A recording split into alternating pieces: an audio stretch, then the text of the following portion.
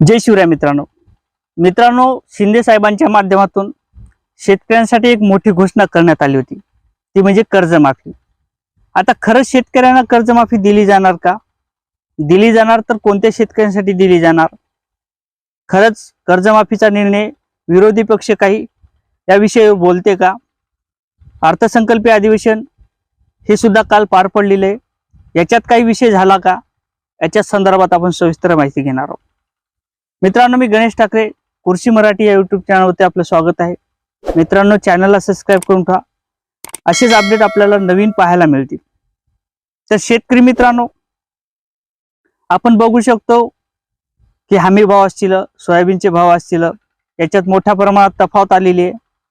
हमी भाव घसरलेले, शेतकऱ्यांचं कर्ज असेल ती कर्जमाफी होणं अपेक्षित होतं, कारण तर शेतकऱ्यांचं उत्पन्नात मोठ्या प्रमाणात घट, हमी भाव नाहीत, या कारणाने बँकेचं कर्ज भरणं शक्य होणार नाही, अशा प्रकारच्या प्रतिक्रिया शेतकऱ्याकडून येत होत्या।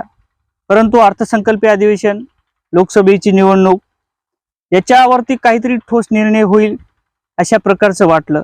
विरोधी पक्ष त्यांची काहीतरी भूमिका बजावेल असंही वाटलं, परंतु आपल्याला अर्थसंकल्पीय अधिवेशनात कोणताच निर्णय घेतलेला दिसला नाही, तशा प्रकारची कोणतीच घोषणा सुद्धा झाली नाही।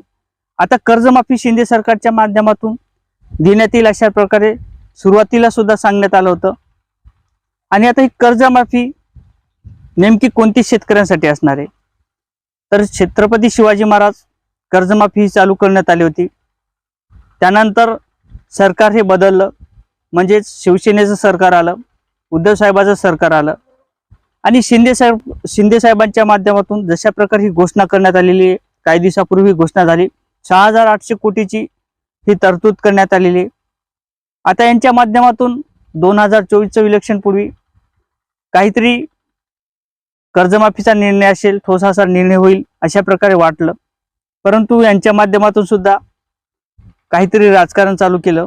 म्हणजे शिंदे सरकार उद्धव साहेबांच्या वरती आरोप करतायत की छत्रपती शिवाजी महाराज कर्जमाफी असेल, महात्मा ज्योतिबा फुले कर्जमाफी असेल, या शेतकऱ्यांचं कर्जमाफी या दोन्ही योजनेत झालं नाही, हे तर खरी गलती उद्धव साहेबाची अशा प्रकारे यांच्या माध्यमातून सांगण्यात आलेली आहे।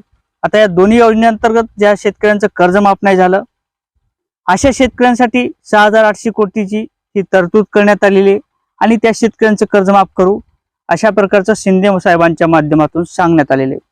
आता मित्रांनो, शेतकऱ्यांना सुद्धा अपेक्षा होती की सरसकट कर्जमाफी होईल, 2024 इलेक्शन चालू होत आहे, परंतु कोणताच असा निर्णय झाला नाही। अर्थसंकल्पीय अधिवेशन सुद्धा काल पार पडलेले, विरोधी पक्ष असतील यांच्या माध्यमातून काहीतरी ठोस अशी भूमिका होईल, त्यांच्या माध्यमातून सुद्धा काहीच निर्णय घेण्यात आला नाही किंवा ठोस अशी भूमिका बजावली नाही, आणि कर्जमाफी दिली जाणार आहे। परंतु ज्या शेतकऱ्यांच्या कर्जमाफ्या सुरुवातीला काही त्रुट्या होत्या त्या पूर्ण झालेल्या नाहीत, किंवा त्या लोकांचं कर्ज माफ झालं नाही, अशा शेतकऱ्यांची कर्जमाफी असणार आहे। इतर शेतकऱ्यांनी कोणत्या प्रकारचा गैरसमज करून घेऊ नये, कारण तर शेतकऱ्यांची कर्जमाफी सरसकट होणार नाही। शिंदे सरकारचा हा स्टंट आहे।